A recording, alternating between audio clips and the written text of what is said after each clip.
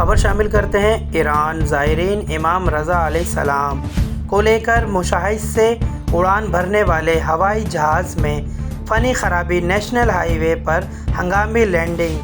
जहाज़ में सवार 119 ज़ायरीन महफूज रहे।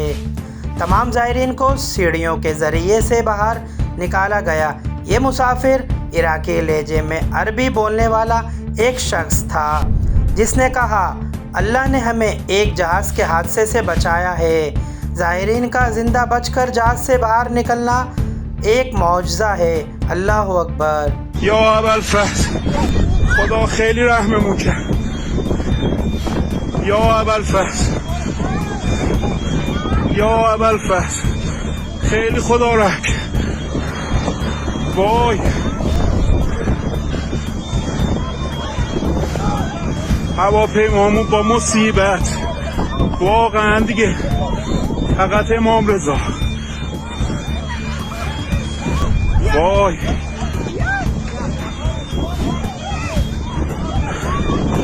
پرواز تاریخ 15/10 هواپیمایی کاسپیان. واقعا خدا رحممون کرد و خیلی خیلی خلبان حرفه‌ای گری کرد و هواپیما را زد به زمین.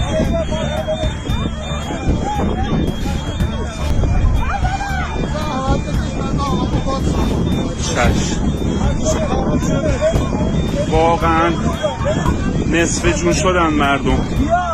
یا حسین یا امام رضا.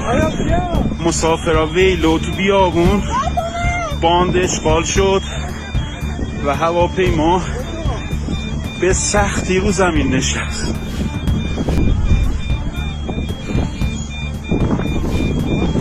تمام الارمای هواپیما روشن شد و فقط حضرت زهرا عنایتی کرد به ما. یا حسین.